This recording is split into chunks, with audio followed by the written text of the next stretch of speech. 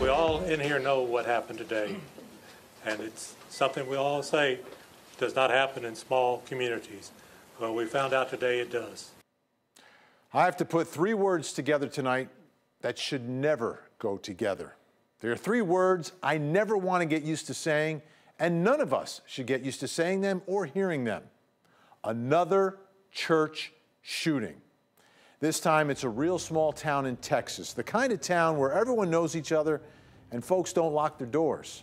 You're looking at video of a vigil tonight outside the Sutherland Springs Post Office. The victims range in age from 5 years old to 72 years old.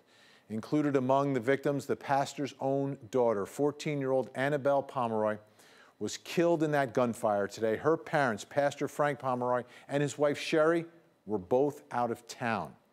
Now let's take you through what we know right now. This is the deadliest mass shooting in Texas history. 26 people were killed.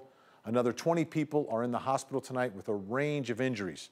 Police tell us the shooter opened fire around 11:20 this morning, right after the 11 a.m. service started.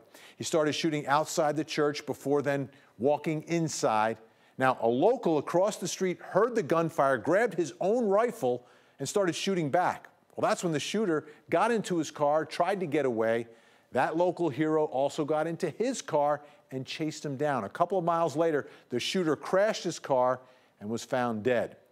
Right now, it's not clear if the shooter was killed by a self-inflicted gunshot or if a shot from that local hero killed him. Now, this is the only time that we're going to name the shooter tonight. He's 26-year-old Devin Kelley, also from South Texas. He used to be an airman in the U.S. Air Force and was given a bad conduct discharge. Today, he dressed in all black, wore a ballistic vest when he attacked those parishioners. Police say he used an AR assault-type rifle. Today's shooting joins a disturbing and ever-growing list of the worst mass shootings in modern U.S. history. Think about this.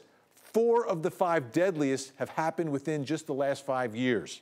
58 people were killed, hundreds more injured just a month ago in Las Vegas. The horrifying list continues from there. Now, as news of this tragedy first emerged today, many people here at home told us they were inspired to rush to church tonight.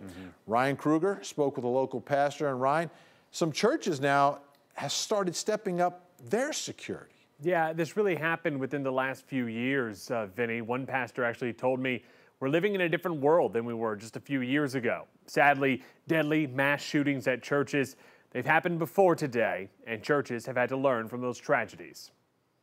But one of the things that we discovered after Charleston was that church is not innocent anymore.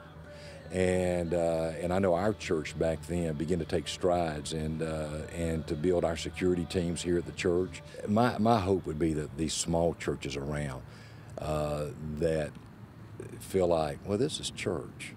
They need to realize they're living in a different day, and they need to take all the precautions they can for the security of the people. Are you sad about that? Are you sad that you have to take these precautions? Oh yeah, because church has always to be the fun place, the encouraging place, and it still is. It's a place where you can find it's for all people. And what you have to understand, when you open your doors for all people, all kind of people show up. And so it's just important that the security is there so they know that they're being taken care of. Plus also it's a deterrent at times to somebody who may come in with a different motive in mind. And that was Dr. Frank Cox. He is the pastor at North Metro Baptist Church in Gwinnett County. Now, I asked him, what do you say to your congregation after a tragedy like this? He says he's encouraging everyone to pray for the victims, and when the call comes out for help, whether that's monetary help or need with supplies, he hopes that those calls will be answered. Vinny? Yeah, I think he hit the nail on the head. I mean, it's sad, but it's reality and what churches are dealing with today. Thanks so much, Ryan. Appreciate that. Prayers for the people of Sutherland Springs and Texas are pouring across social media tonight. Among them, Atlanta Mayor Kasim Reed saying, "We hold you in our hearts and we share your grief." President Trump has ordered flags flown at half-staff through sunset on Thursday. And of course, there are still a lot of questions tonight about the victims, about the town, and about what comes next. We're going to continue bringing you all the latest developments here and on 11alive.com. You also, of course, can share your thoughts on our 11 Alive Facebook page.